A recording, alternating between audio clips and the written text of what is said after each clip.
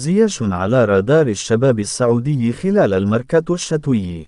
كشفت صحيفة ديلي ميل البريطانية أن نادي الشباب السعودي يضع الدولي المغربي حكيم زياش ضمن قائمة اللاعبين الذين يرغب في ضمهم خلال فترة الانتقالات الشتوية الجارية لتدعيم صفوفه استعدادا لتتمة الموسم الكروي الجاري. وحسب المصدر نفسه، فإن نادي الشباب يسعى إلى انتداب 3 لاعبين مهمين خلال الميركاتو الشتوي الحالي، ويتعلق الأمر إضافة إلى حكيم زياش بكل من حارس المرمى دافيد ديخيا وميغيل الميرون لاعب وسط ميدان نيوكاسل الإنجليزي.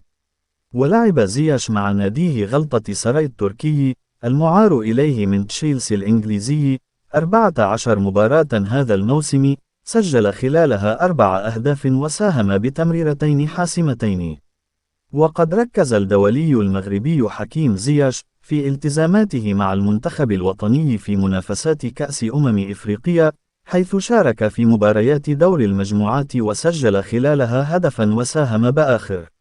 وعاد زياش إلى تدريب المنتخب المغربي بحصص خاصة بعد الإصابة التي كان قد تعرض لها في المباراة أمام زامبيا، وغيبته عن تدريب ل3 أيام، كما حرمته من المشاركة في مباراة المنتخب المغربي أمام جنوب إفريقيا لحساب 8 نهائي الكان، والتي عرفت إقصاء المنتخب المغربي.